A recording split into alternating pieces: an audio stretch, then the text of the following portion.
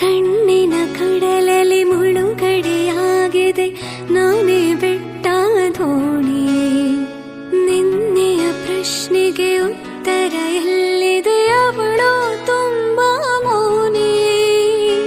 ಮೊದಲಿನಿಂದ ಮೋಹಿಸುವೆನು, ಮರಳಿ ಬಂದರೆ ಅವಳು ನನಗೂ ಕೊಟ್ಟು ಅವಳು ಬರಳು ನನ್ನ ಸ್ವಪ್ನದಲು.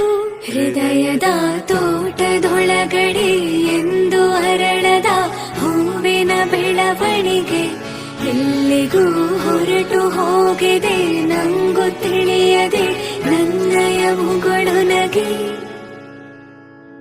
ಬಿಸಿಲು ಕುದುರೆಯೊಂದು ಎದೆಯಿಂದ ಓಡಿದಂತೆ